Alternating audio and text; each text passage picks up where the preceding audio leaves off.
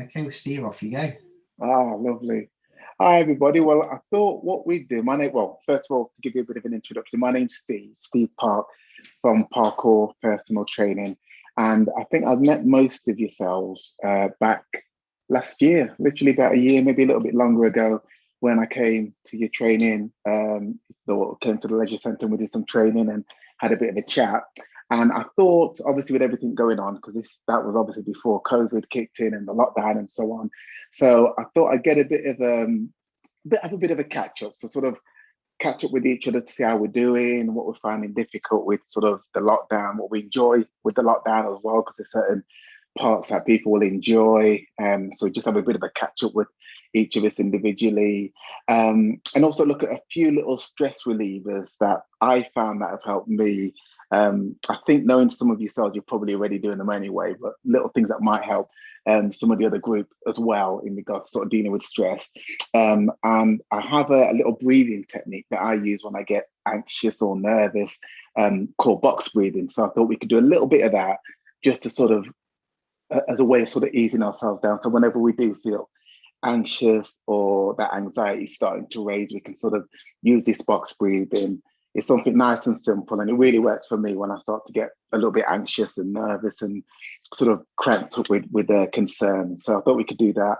And then right at the end, I've got a little workout for everybody. So it's some simple steps, some simple moves that you can do with no equipment. It should get you very sweaty and very hot, and everybody should have a good night's sleep at the end of it. So that's sort of the plan we've got for today. So hopefully you'll enjoy it. It'll be interesting, and hopefully a few ideas will come from that as well. So the first thing I thought we'd do is ask everybody a question or two. So it was to ask everybody what they're enjoying about the lockdown, or being at home, and what do they not enjoy about the lockdown, or what do they find difficult to sort of cope with? So if I start with myself, the thing I'm enjoying about the lockdown is being at home with the family. So I really get to see, like, we have two big, loud dogs that you probably hear before this is over. So I get to hang out with them, and they sort of, at my little office desk, they come and lay with me, and it's like having a little fairy pillow. So they've got really used to the routine of having me or my wife or the family at home, and you get to see what they do when you're normally at work. So that's been something I've really enjoyed about it. Something I've not enjoyed is sort of being confined at home all the time. So when I would normally go out for like a massive 2 or 3 hour walk, I can't really do that now. Or I'd go exploring different parts of Leicestershire or Loughborough, and just deciding to go to a walk randomly.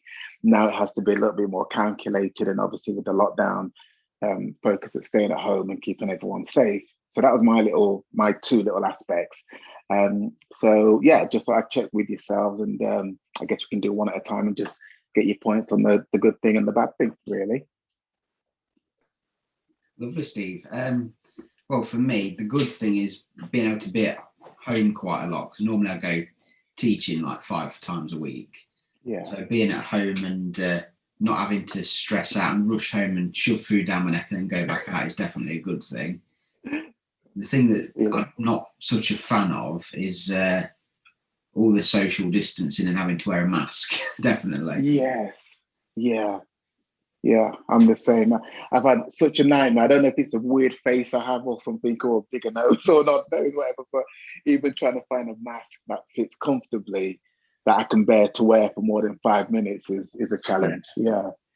So I'll be on that one. Does anyone else have any sort of things they've enjoyed or not enjoyed in that kind of realm, really?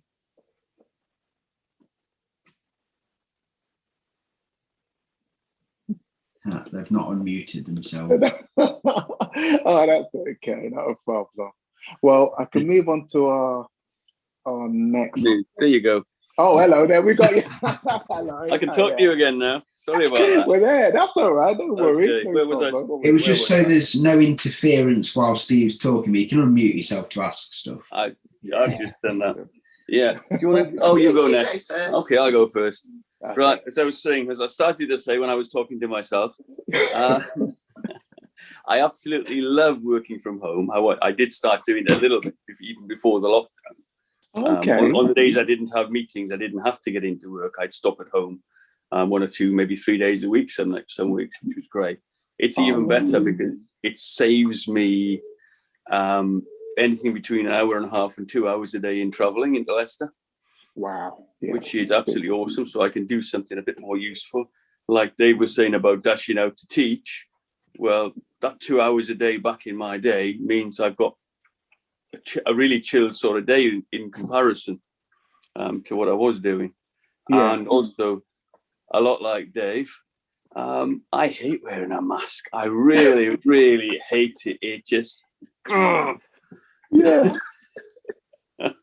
I'm with you. I am not, because it's weird now, because when everyone's got a mask on, which most people do all the time, you've only got that to judge. So whereas normally, like, I'm known for, my expressions, I guess the smiling tends to get a lot of people. So I could be grinning underneath, but you can only really see it with my eyes. And you're having a sort of, you're literally reading people's eyes now. You can't give anyone fake smiles, can you?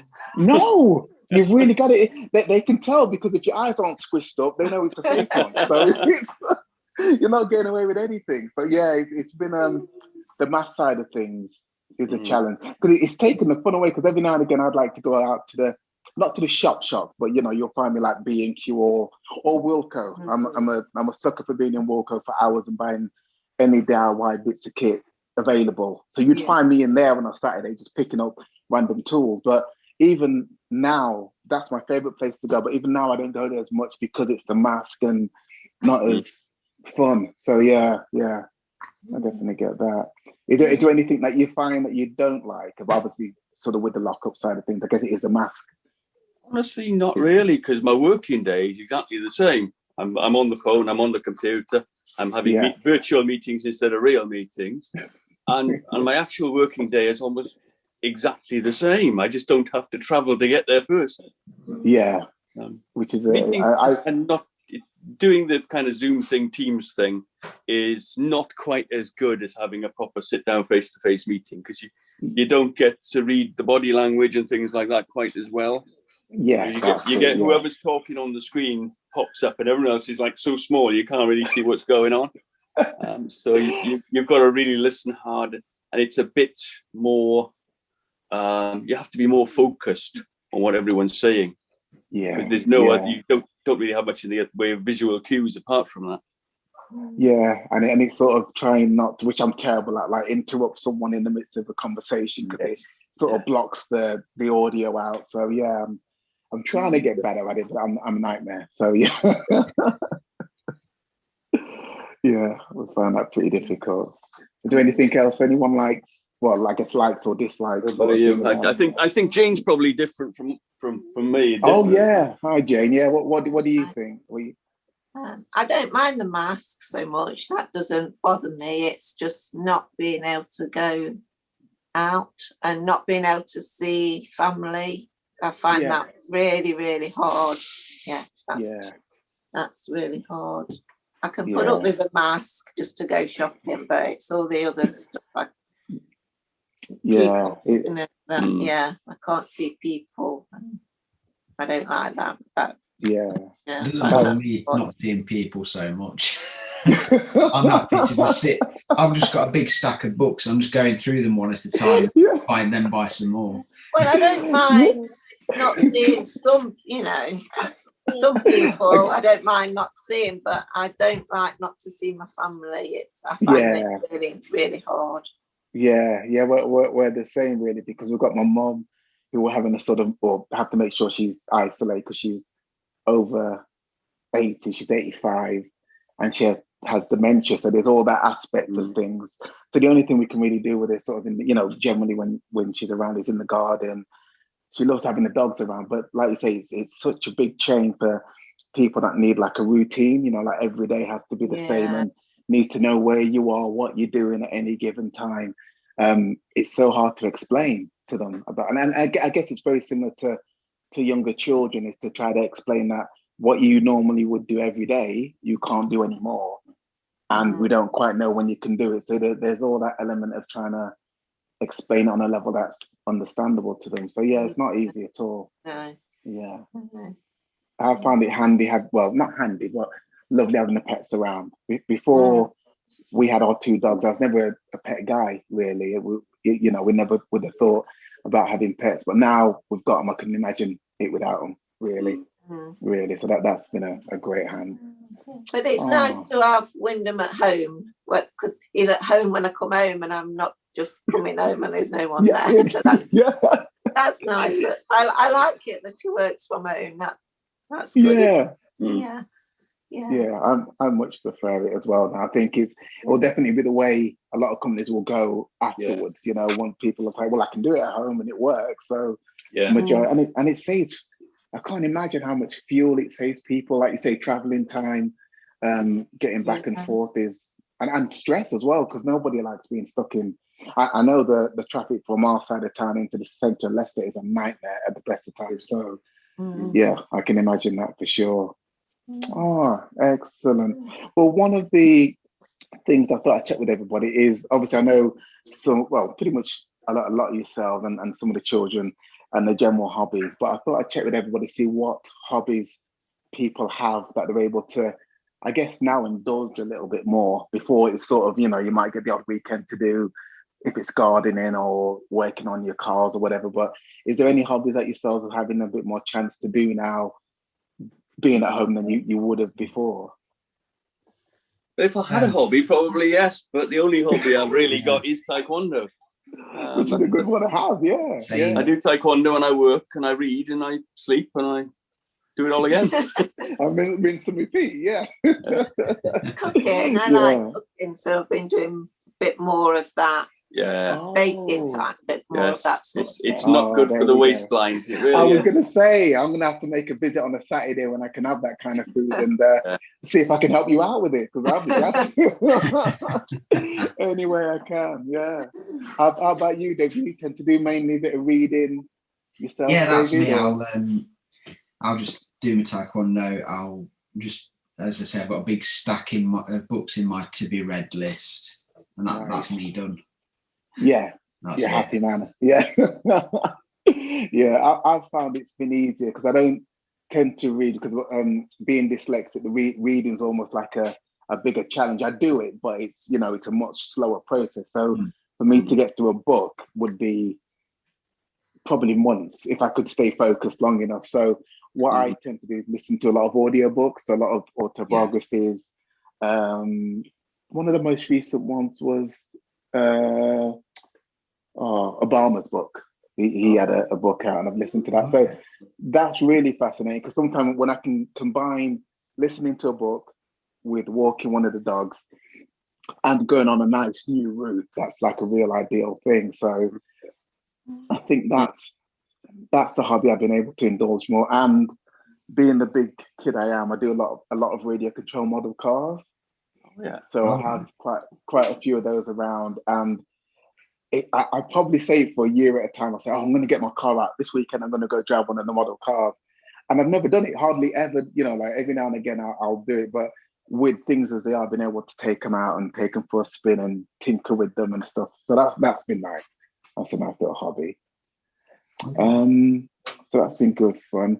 Are yourselves finding you're able to get out for walks a lot more? Because that's one thing I find I can do, not as much as I want, but I can do more of. It's like, it's your one chance to get out of the house, really. So yeah, we haven't.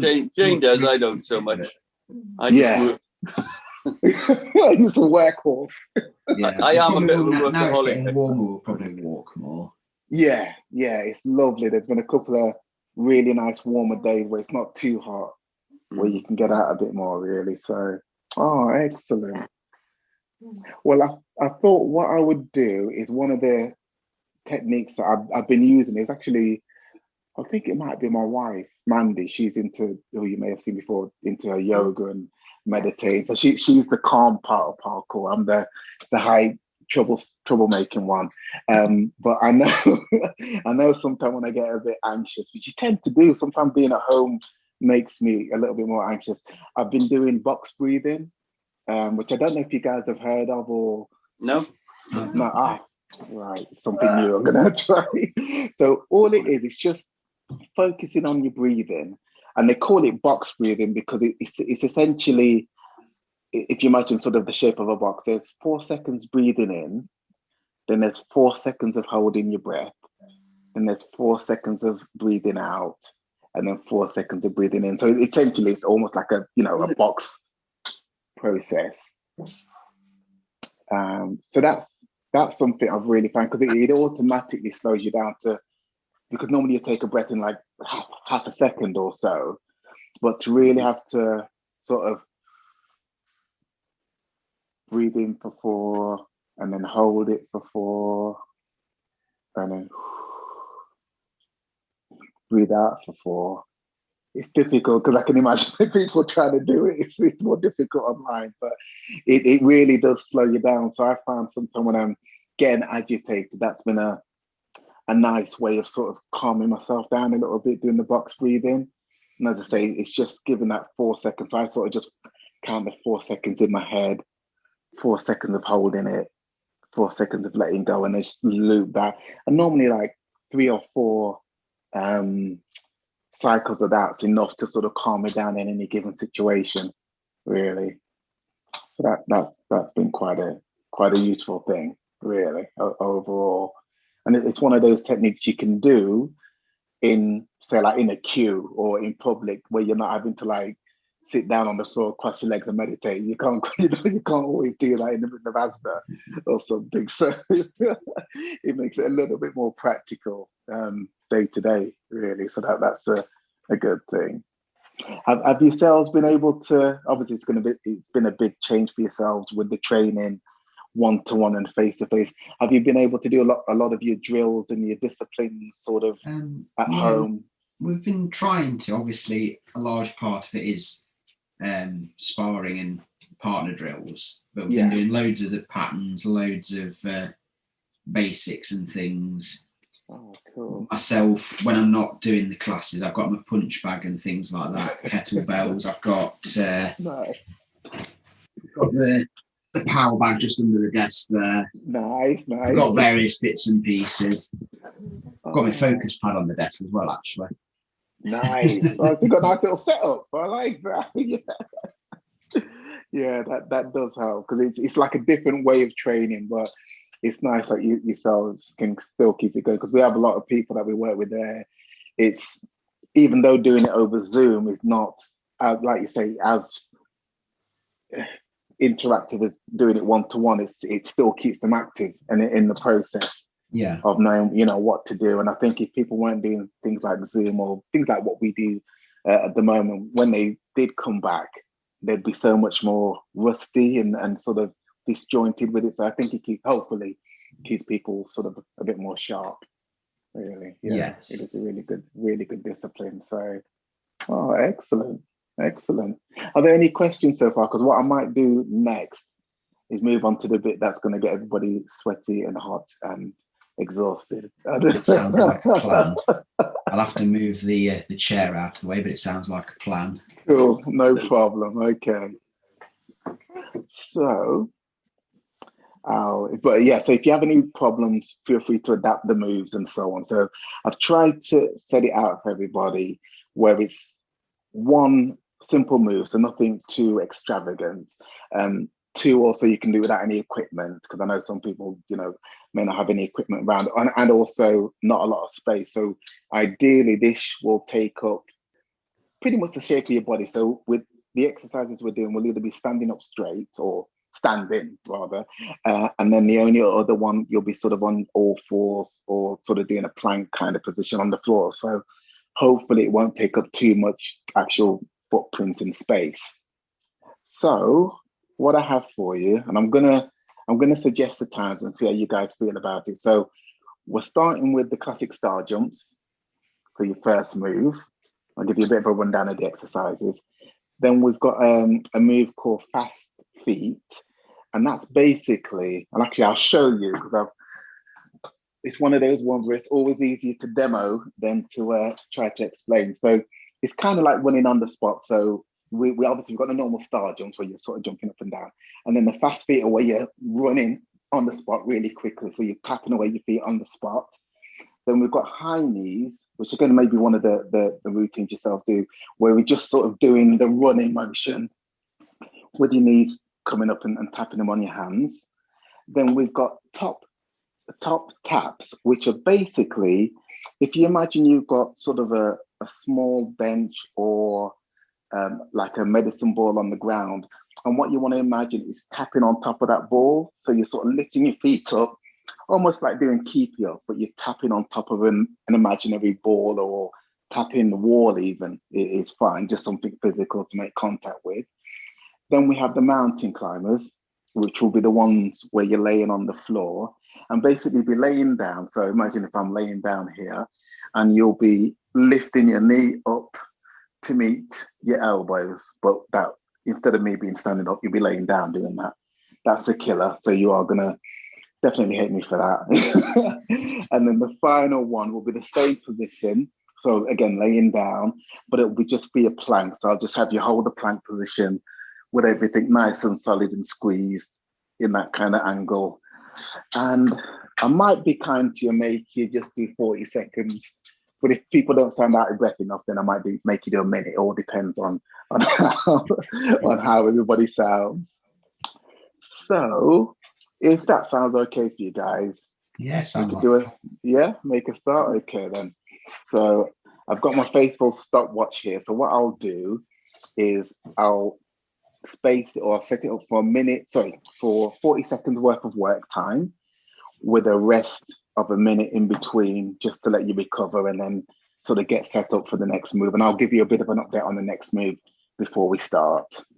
Okay. So I'll give everyone a few seconds to get into position, or standing position, I guess, for the first one, which will be the classic star jumps that we probably all mute everyone so we don't get. Yeah, cool. No problem. Okay. So we shall start the star jumps. And if you're all good, we'll start them for 40 seconds now. And I'll just time you guys going along.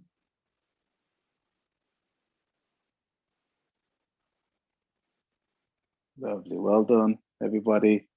The time's ticking away, so you're doing really well. Really, really well. Good. We're 20 seconds in. So keep the star jumps going. Okay. 10 more seconds left. So blast it out for that last 10 seconds. Okay, so 5, 4, 3, 2, 1. Have a little break. Have a minute off. Well done. Excellent. Well done, everybody. So you've got a minute off. And then we're going into the fast feet. So that's where you're sort of imaginary running on the spot, essentially. So I'll give you a bit of time to recover on those. And if there's any problems, feel free to sort of unmute and come in and let me know.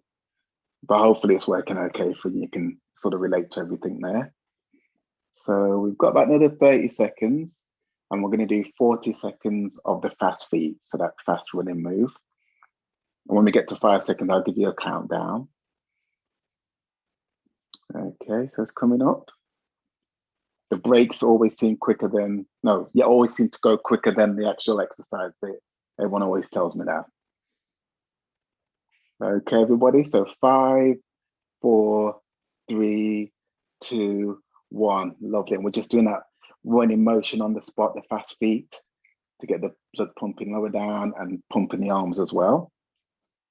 So we'll tick along on that one. We're 10 seconds in so far. So keep going. You're doing really well. Good.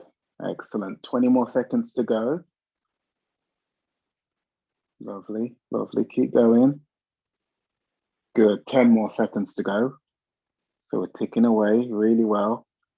Okay.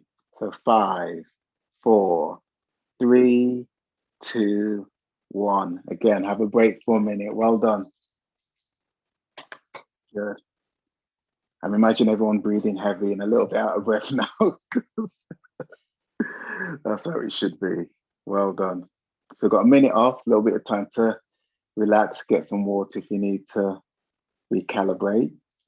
And then the next move we have coming up for another 40 seconds are the high knees. So it's basically where you're sort of doing a high knee run, having your hands about here and sort of tapping your knees with your hands as you're running and doing high knees. So we've got about another 30 seconds left. And we'll start that one. I'm trying to make sure I'm being really honest with you. So I always have this stopwatch with me, which I've had about 20 years, I think. And I've still not replaced the battery in it, which is crazy. Okay, everybody. So we're coming up to that 5 seconds. So 5, 4, 3, 2, 1. And the high knees now for 40 seconds. So just pace it out, keep a nice consistent pace, and do what you can. As long as you're moving, that's the main thing. So not a problem. 15 seconds in, doing really well. Good. Okay, we're coming up with 20 seconds in. 25 seconds. So keep going with these ones. These are the harder ones to do because they're quite physical and demanding. Okay, so 5, 4, 3, 2, 1. Have a break, everybody. Well done. We're getting down them. Got another minute's rest.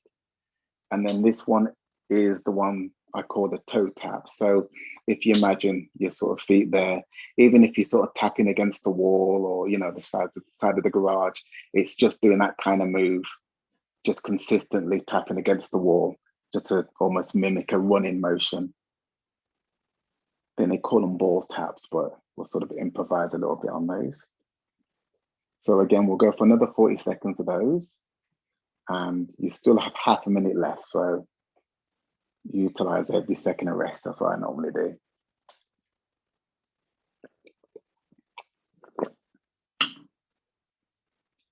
Okay.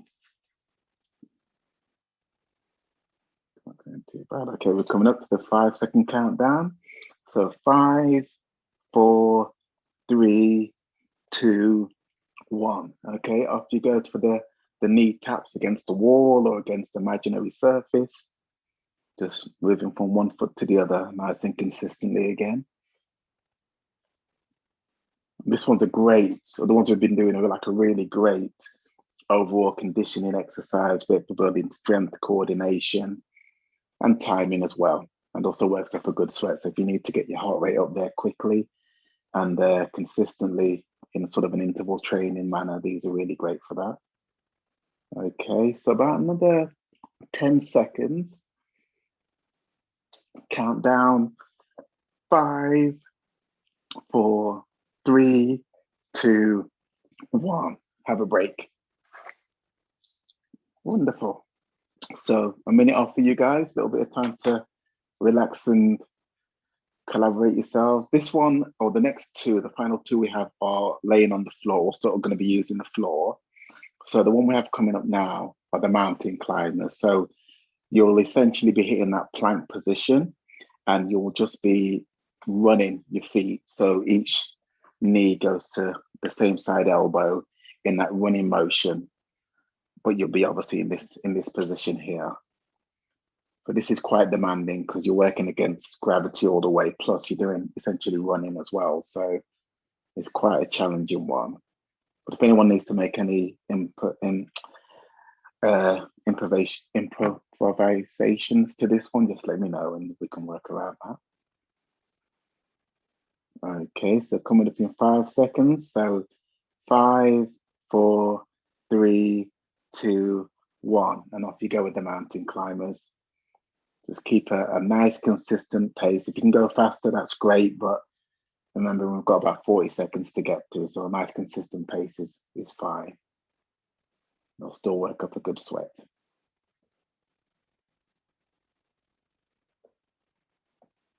Lovely, well done. We're 20 seconds in, so not far to go now, over halfway. That's really good.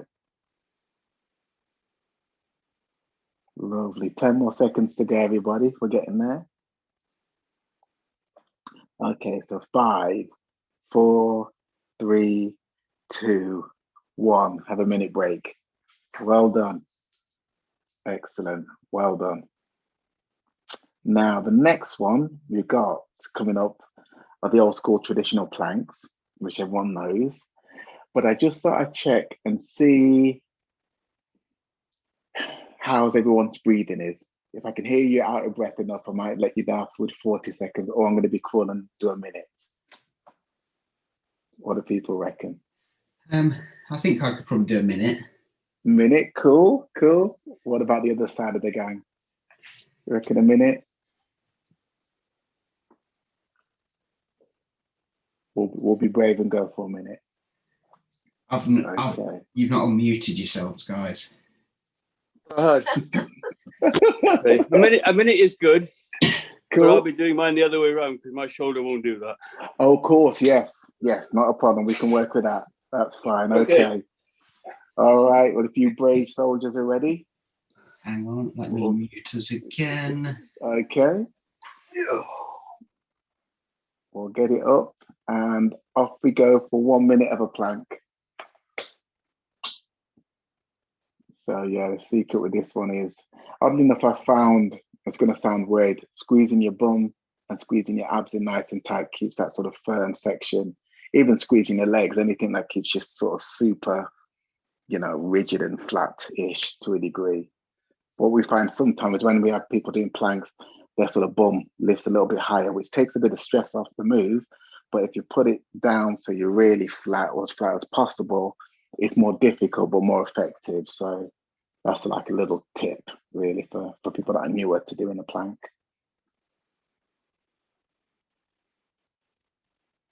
Well done. So we've got about another 45 seconds, 15 seconds. You've done 45 seconds so far. Well done. Keep digging in, everybody. I'm going to be cheeky with you. I'm going to make you do a minute and 15 just because everyone sounds too happy and healthy so far. So a little bit longer to go. So keep holding it in for me, everyone. And I'm pushing you a bit more. This is good. And we are at 5, 4, 3, 2, 1. Have a break.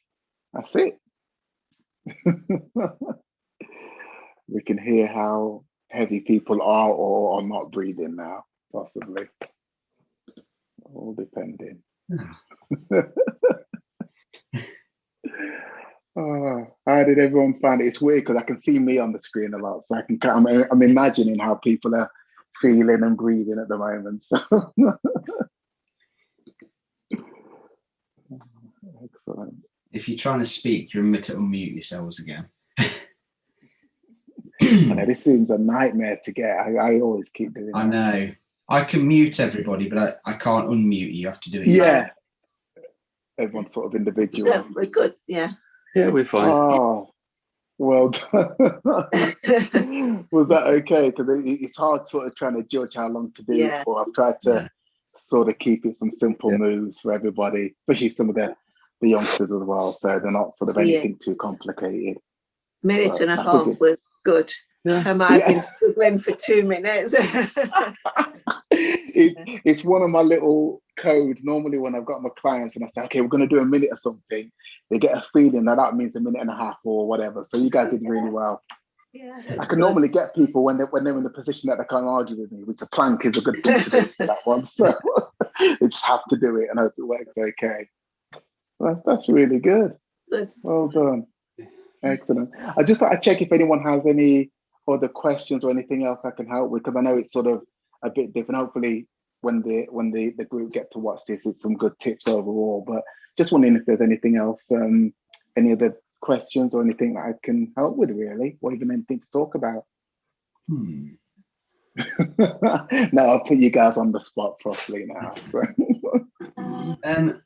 How, if you were going to go jogging, what sort of distance would you recommend, a sort of a regular, for a beginner? Like a regular thing. Yeah, I mean, I would say, oddly enough, for somebody just beginning out and getting used to it, even going for like maybe a mile jog is good. So what I tended to do when I first started jogging and trying to get even into the idea of it, and I was not doing it at all, I literally would jog, say in my street, obviously you have the the light poles X amount of distances apart. So I would sort of get myself and I'd say, okay, even though I can't jog and I can only do a short period of time, I'm going to jog from this light post to the light post in the next street, you know, which might be 6 light posts ahead, jog there and then jog back, or jog there and walk back. So with me, I built it up really slowly. I just, you know, got to the stage where I could jog there, jog back, and then thought, you know what, I'm going to try going around the block, and then 2 times around the block and so on. And then the mileage will increase. But yeah, I think if you're just starting out, just try to do it in a comfortable way. So you're not coming back exhausted and dreading going again. You come back at that stage where you got a bit of a high, you think, oh, I did really well, sort of thing. And then at least the next time you look forward to it, as opposed to coming back thinking, oh, that was only a mile and I got to do 2 miles next time. And it's too much, I'm out of it. So yes, I'd probably start it really small. Even if you are new to jogging at all, just go from lamppost to lamppost. And if you're a bit more experienced with it, maybe start with a mile, get back nice and confident, and build up your confidence in what you can do.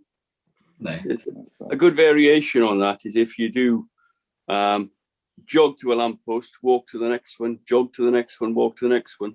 And as you get fitter, you can pick the speed up between the lampposts when you're running. Yeah. And then you can go, then you can progress to jogging between them and sprinting, and jogging and sprinting if you start with walking and jogging.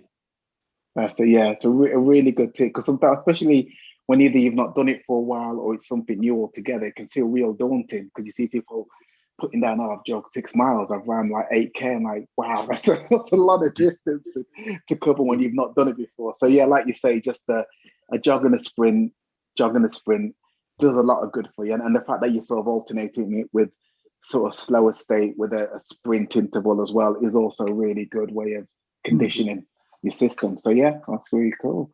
Lovely. Another question I've not got it to hand at the minute, but I might have asked this before, but I use this as my kettlebell. So what would be a good all over exercise to do with a kettlebell? I would say 2 exercises. Yeah, 2 exercises. So I would say the king of exercises for kettlebells, as far as sort of conditioning, getting all your muscles working in your body, you know, hitting everything in a very short period of time, would be kettlebell swings, which I think you may be familiar with. So to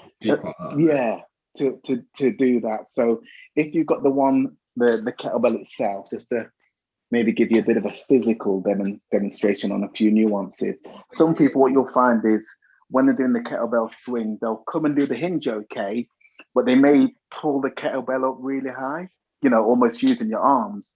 So the best thing to do is, when you are coming down from the bottom, is to almost flick with your thighs. And if your kettlebells raise up that high, that's as high as you take them. So your arms are quite loose. Your arms are just an attachment. Only shoulder high. Yeah. Some people you'll see will bring it up really high, which you can do. But I think for the combination of that exercise for sort of power, endurance, stamina, and focusing on the main parts of your body, that's the best way to do it. So you really are sort of using your your thighs as your sort of power point. So your arms or your arms are going to sort of touch your thighs, but it's like you're flicking up from your thighs, and that's going to probably bring your arms about to there. Yeah. And with your arms, nice and relaxed, and they're literally just a way of attaching the kettlebell to your body as a swinging motion. So I'd probably say that's a really good one overall. If you only had so many minutes and a kettlebell to use, that's a great one to do. And I would say another really good one kettlebell wise is to do kettlebell squats or goblet squats. And that's where you're sort of holding the kettlebell by, say, the horns at the side, for instance, and then you're squatting down. But what you'll tend to do with these ones is your squat position, your legs will be a little bit wider. So when you squat down, your elbows will actually go in between your legs. So you're getting a really nice low squat. Okay. And then you're coming up nice and slowly coming up, and then squeezing your bum, squeezing your abs, everything squeezing, and then you're squatting back down. So with the use of the kettlebell, you can come down much deeper than a normal squat, say with a barbell. And you know your body's going to tend to be much more upright and proud, but you're able to get down a lot further. So it can be a great help in sort of loosening up the hamstrings, sort of the posterior chain of the body, just to loosen it up a lot more than having to balance your body with a barbell on the back of your shoulders. So that's, again, a really, really nice, relatively easy one, but one that you can work on to really finesse your technique as well as you get more confident. Lovely. I've got one other question that I can think of, and that's to the other bit of kit that I've got, which is the power bag or the sandbag. Yes. I've done both variations of this. I've seen people on hands and knees and then pulling it through to one side. Is it better to sort of snatch it and sort of lift it off the ground slightly, or to constantly pull it at a constant speed? Yeah, I would say for sort of avoiding injury and stability wise, I always prefer just to drag it along. So as you're sort of climbing over it and it's behind you, just drag it along that floor with your strength and then carry on and then drag it again. That way you're getting the resistance to the floor and your muscles know what to expect, rather than if you say grab it and you toss it up, all it takes is you to be in a slightly different angle, a little bit extra fatigue than you could, pull a shoulder muscle or pull a muscle overall. So I think they also apply to if I was here and I was pulling it laterally across like that. I would still make it that nice long drawn out pull going across, and then that drawn out pull going across, just so it's a nice consistent, I guess, like a consistent resistance, really, that you're not trying to surprise your body with. But that's a good move. That one is, Okay, that's me with my question. Anyone else got any questions? I don't think so. Yeah. No, fine. No questions. Oh, cool. No problem.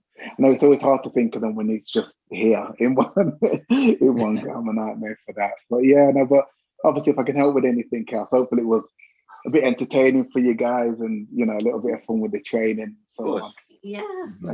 So thoroughly enjoyed it. Thank you. I've joined you into the Charnwood Taekwondo members group on Facebook, Steve. So I'll make people aware of that, and if they've got any fitness or that sort of questions, I'll direct them to you. Please, I'll be honoured. That'd be really good. I on mute. No, you're talking. We got you. Just about food, really. What would be the best thing to be eating before you did your workout, and then again afterwards, to put back like sort of protein and things like that back into your muscles and everything? Well, I would say depending on the diet people have, obviously what people like to eat generally, because one of the worst things you can do is having something too heavy before training, because then you just feel like obviously your body's still digesting the food and it gets rerouted there.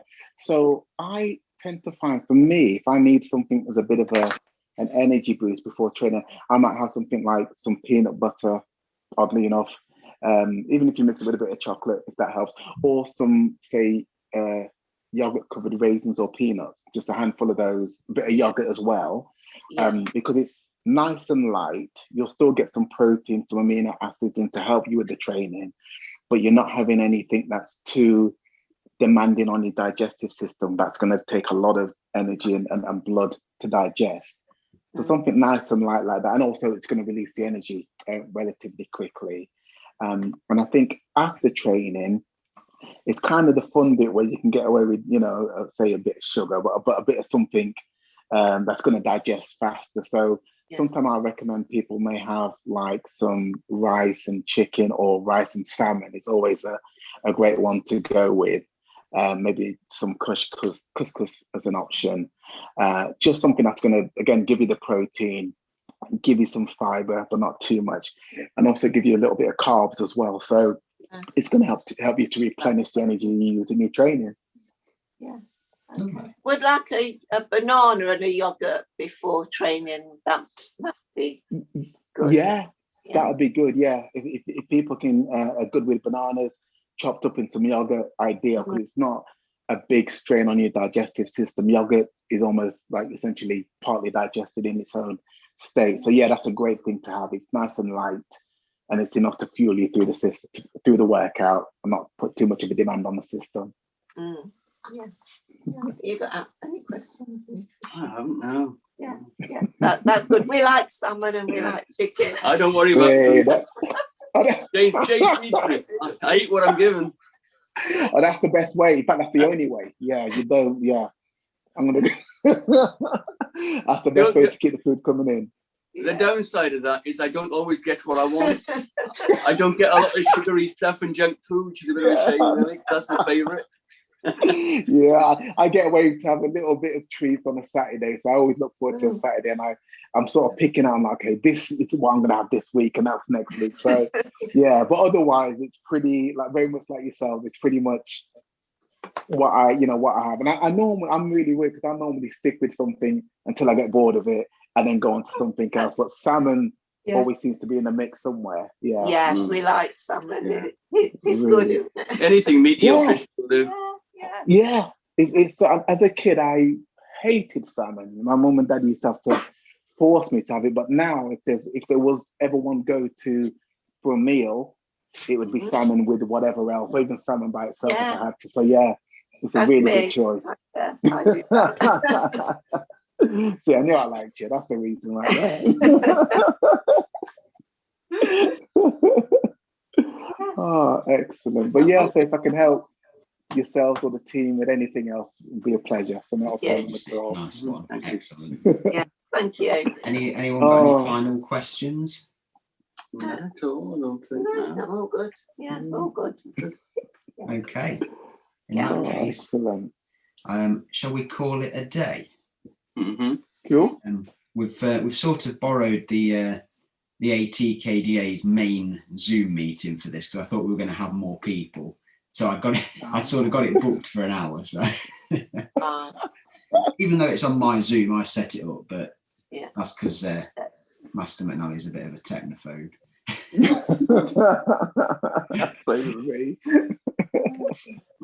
Lovely. Right. Yeah, that was good. It was good. Enjoyed that. Thank you. Good, yeah. Oh, When you guys are welcome. Thank you. When we're out of lockdown, we'll have you back over for a proper visit. Oh, lovely. I love working with you guys, and the kids are lovely. So anytime, I'll bring some more tools of torture. We've got a few more bits in Park in the gym, so I'll bring some more of those. Yeah, no problem. Thanks, Steve. Oh, you guys are welcome. Thank you. No problem. Bye. You guys Bye-bye. take care, everybody. See you later. Bye-bye. Bye-bye. Bye-bye.